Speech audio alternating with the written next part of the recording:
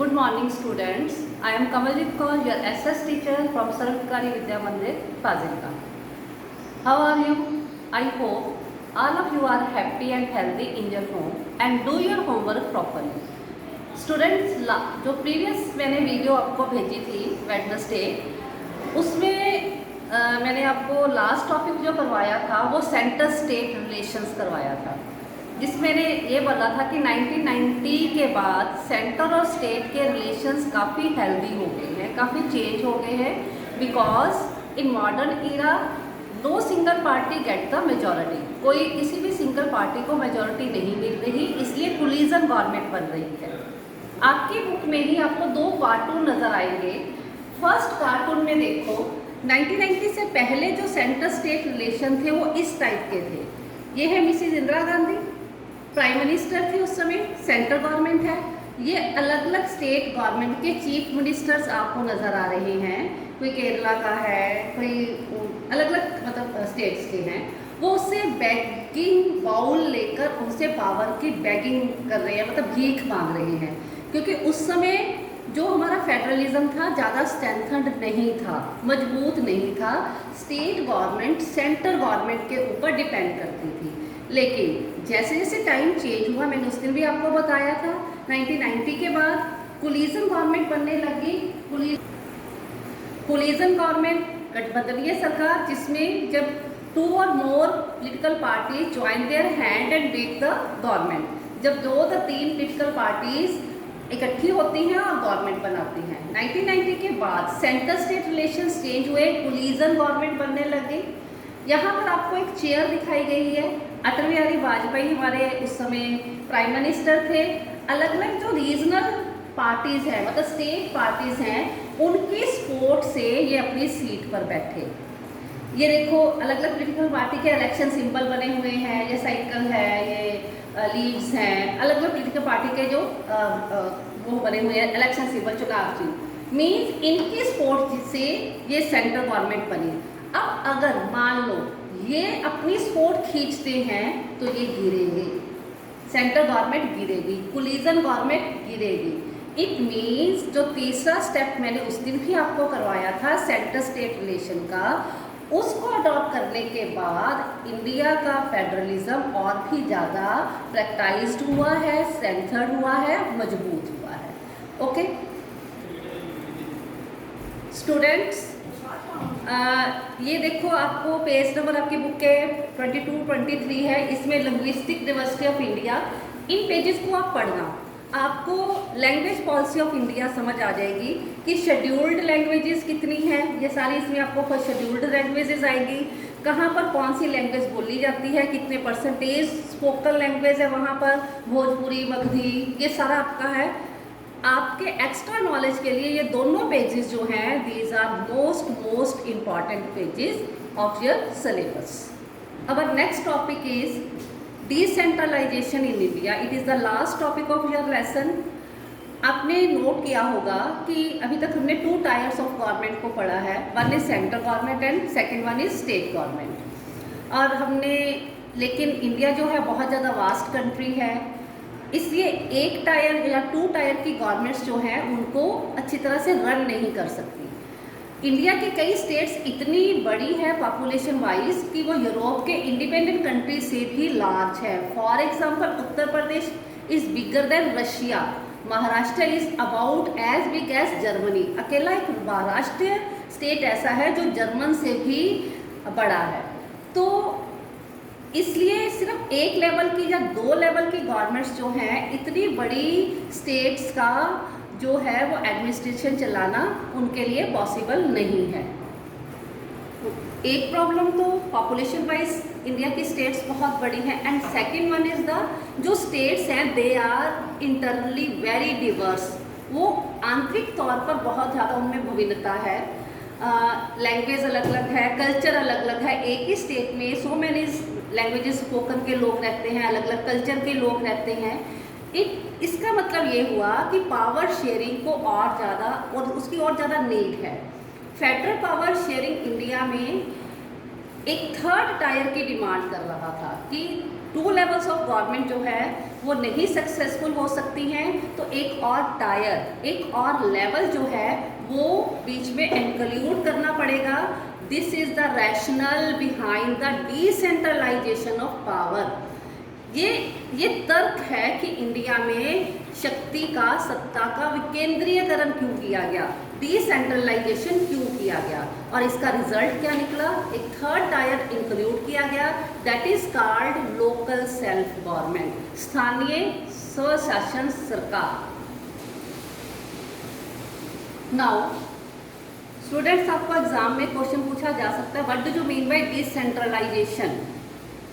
When power is taken away from the center and state government and given to local government, it is called decentralization. जब सत्ता जो है centre और state government से लेकर स्थानीय सरकार को दी जाती है, इट इज कॉल्ड विकेंद्रीयकरण, डिसेंट्रलाइजेशन। अब आपको ये भी क्वेश्चन पूछा जा सकता है कि why there is a need of decentralization of power, सत्ता के विकेंद्रीकरण की जरूरत क्यों है?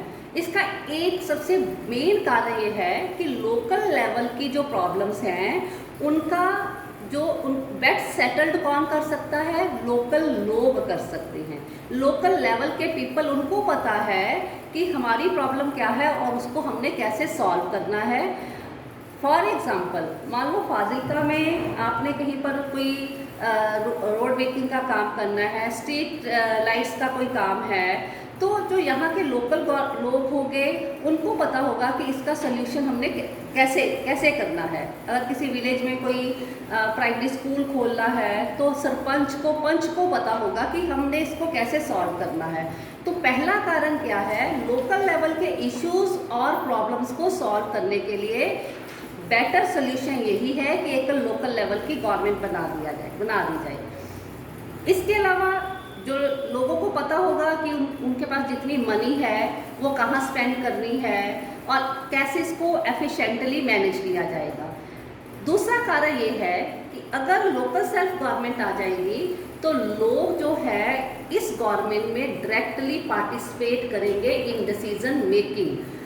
अगर हम अपनी गवर्नमेंट खुद चुनेंगे लोकल लेवल की, स्थानीय लेवल की, तो हम डायरेक्टली उसमें पार्टिसिपेट कर सकेंगे, उसमें भागीदारी कर सकेंगे और उसमें हमें क्या होगा, प्राउड की भावना, प्राउड की फीलिंग आएगी कि हमने अपने एमसी को खुद चुना, हमने अपने सरपंच को खुद चुना।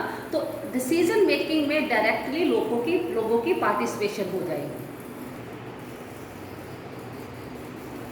थर्ड इसकी इम्पॉर्टेंस ये है कि लोकल गवर्नमेंट जो है, इससे लोकतंत्र का जो प्रिंसिपल है, प्रिंसिपल ऑफ डेमोक्रेसी जो है, वो सही में रियलाइज होता है, सही में लागू होता है। डीप रूट्स में, जैसे एक पेड़ होता है, उसकी रूट्स अगर मजबूत होंगी तो पेड़ अपने आप स्ट्रांग हो जाएगा, मजबूत हो जाएगा। That is like that. अगर डेमोक्रेसी हमारी की रूट्स जो है वो स्ट्रांग होंगी तो पूरे कंट्री में जो डेमोक्रेटिक गवर्नमेंट है वो स्ट्रांगली चलेगी। तो थर्ड का इसका फ़ायदा ये हो जाएगा कि जो प्रिंसिपल ऑफ डेमोक्रेसी है वो बेस्ट रियलाइज हो जाएगा। तो स्टूडेंट, अगर आपको क्वेश्चन आता है, मैंने पहले भी आपको बताया what is the main motive of local self government, तो ये 3 रीजंस आएंगे जो अभी मैंने बताया। जो नीड थी हमारी डिसेंट्रलाइजेशन की, वो हमारे कॉन्स्टिट्यूशन में ही रिकॉग्नाइज कर दी गई। और इसके बाद धीरे धीरे जब हमारे कॉन्स्टिट्यूशन मेकर्स को और लीडर्स को लगा कि नहीं, एक थर्ड लेवल की गवर्नमेंट जो है इंट्रोड्यूस करनी चाहिए, तो उन्होंने इसके लिए जो स्टेप्स है वो उठाने स्टार्ट कर दिए।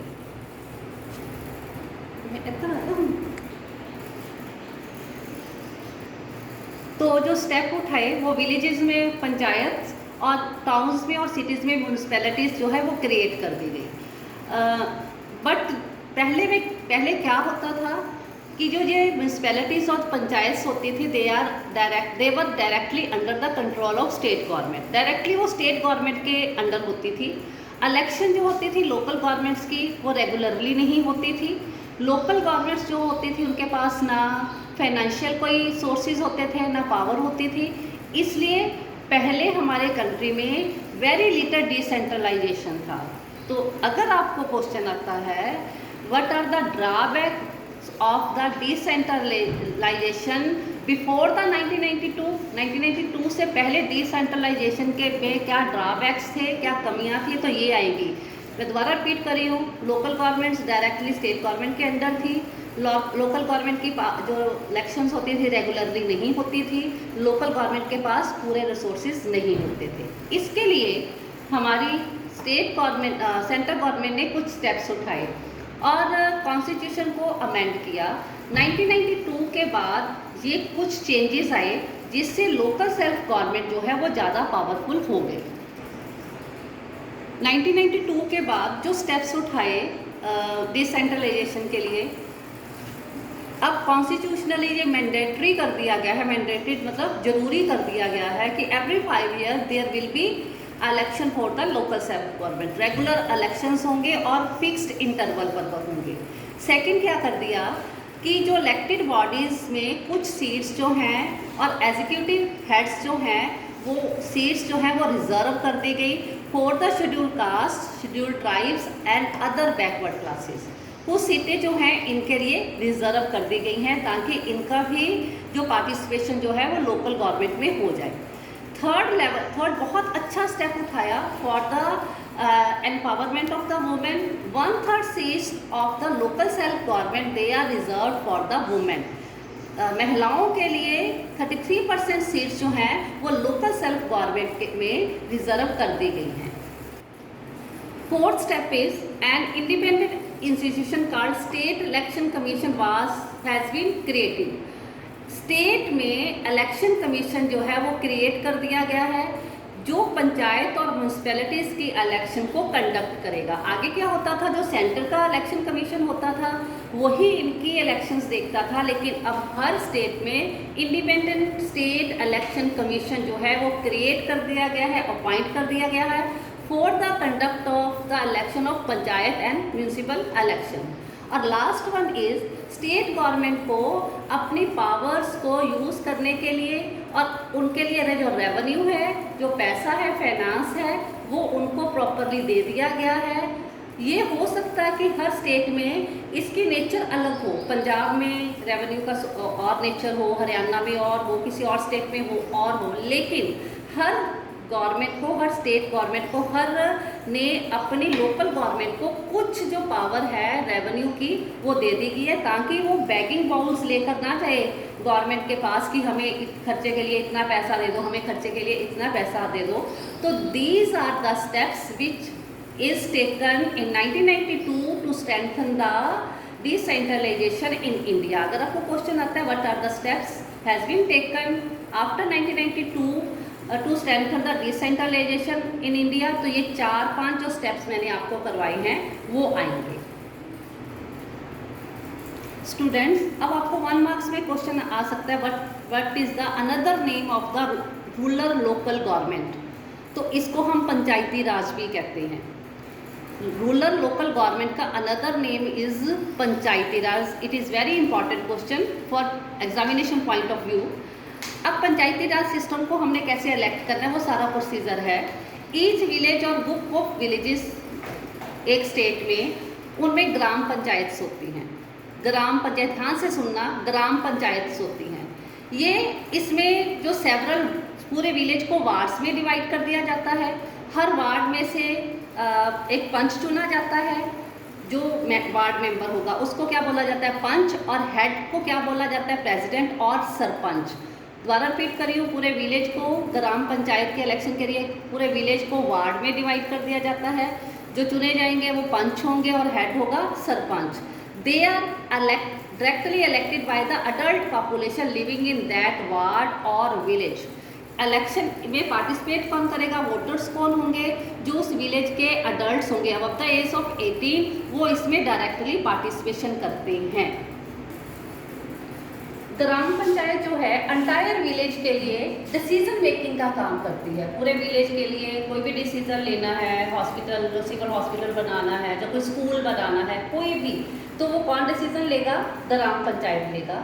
ग्राम पंचायत जो है ओवरऑल इंडिपेंडेंट काम नहीं कर सकती। It is work under the control of Gram Sabha. Gram सभा के अंडर काम करती है। ग्राम सभा के मेंबर्स कौन होंगे, जो उस विलेज के टोटल वोटर्स हैं सारे के सारे वो किसके मेंबर होंगे, they are the member of the Gram Sabha. मान लो एक में टोटल मेंबर्स एक विलेज में 20 हैं, तो सारे के सारे वोटर्स क्या होंगे, ग्राम सभा के मेंबर्स होंगे। ग्राम सभा को पूरे साल में 2 या 3 बार अपनी मीटिंग्स करनी होती हैं। इन मीटिंग्स में वो करती क्या है, ग्राम पंचायत के लिए एनुअल बजट डिसाइड करती है कि एक साल में ग्राम पंचायत के पास कितनी इनकम होगी, कहाँ कहाँ उसने खर्च करना है। और साथ में वो ये भी देखेगी कि पिछले 6 महीने में या जितने टाइम के बाद उनकी मीटिंग हुई है ग्राम पंचायत में की परफॉर्मेंस क्या हुई है, उन्होंने कोई क्या काम सही किए हैं, क्या विलेज की डेवलपमेंट हुई है कि नहीं। तो इन मीटिंग्स में ये काम होता है। इट मीन्स जो ग्राम पंचायत है it is work under the control of the Gram Sabha. The next step of local self government is district level. अब कुछ ग्राम पंचायतों को मिलाकर जब उनको ग्रुप्ड कर दिया जाता है तो उनका एक लेवल की गवर्नमेंट बनती है। It is called panchayat system और ब्लॉक और मंडल। इसके अलग अलग नाम हो सकते हैं अलग अलग स्टेट्स पे।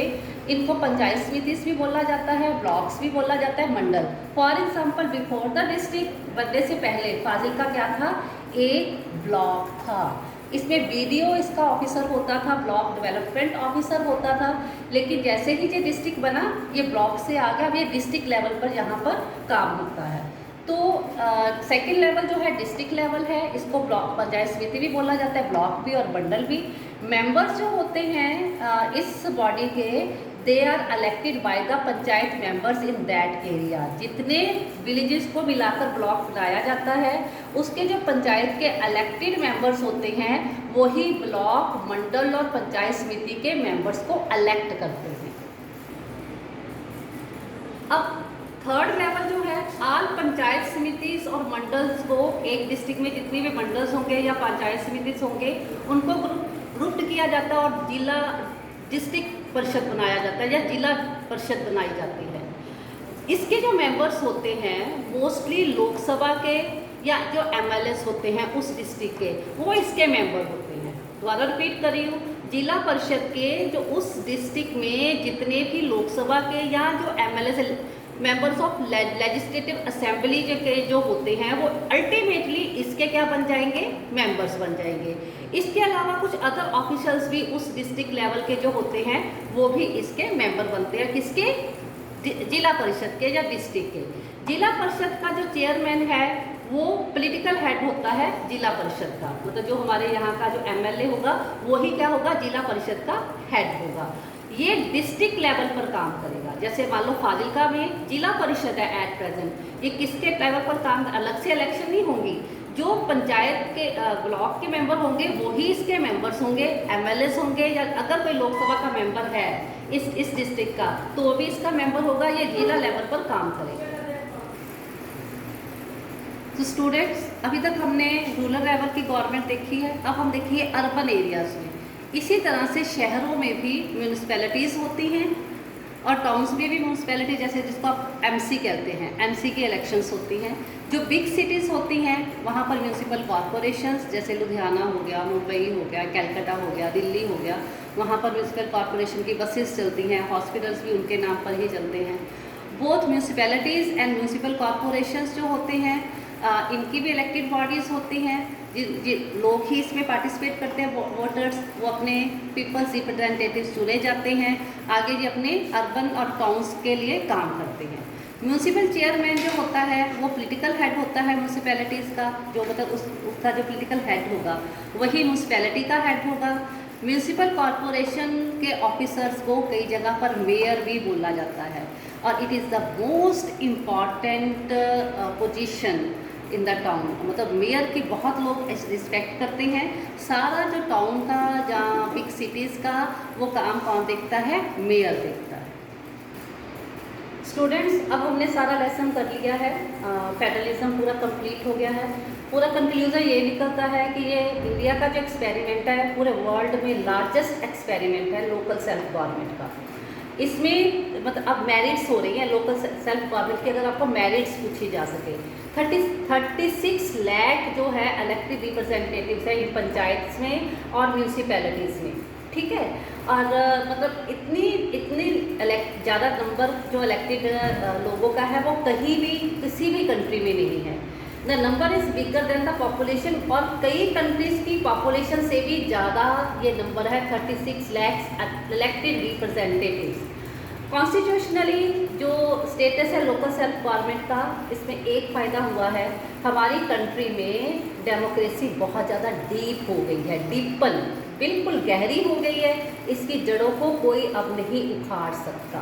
ओके, इसका एक और फ़ायदा हुआ है, वुमेन रिप्रेजेंटेशन जो है वो बड़ी है डेमोक्रेसी में। मैंने अभी आपको बोला कि 33% सीट्स जो हैं they are reserved in the local self government. 33% बहुत होती हैं। अब वुमेन का रिप्रेजेंटेशन हमारी डेमोक्रेसी में बड़ा है और उनकी आवाज़ को भी सुनवाई हो रही है।